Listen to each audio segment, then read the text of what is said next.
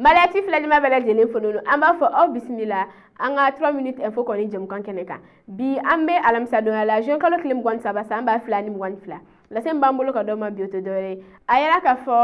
commune 5 kon na la quartier do be no na be fo mako garanti bugu o kon na la garanti bugu ko koninka branchement anarchique no lu konye fili juru koroba munun konimbe to do kon ni nyokonche fili juru do be no abe poto kuni kun olu frijuru nun koni ayira ka fo ko samya kono na ina kabina na dika koze kosobe barsa garanti bugu koni sigida kono na la mafla koni sara o sabu koni keda o fili nun koni barsa fili nun koni me anga quartier kono garanti bugu yara don koni tete dogo quartier ka dogo bamako ko frijuru nun koni te yoro mina barsa olu frijuru ne bato ambe procurer courant koni na chugumina o konna la frijuru nun koni chama be no korola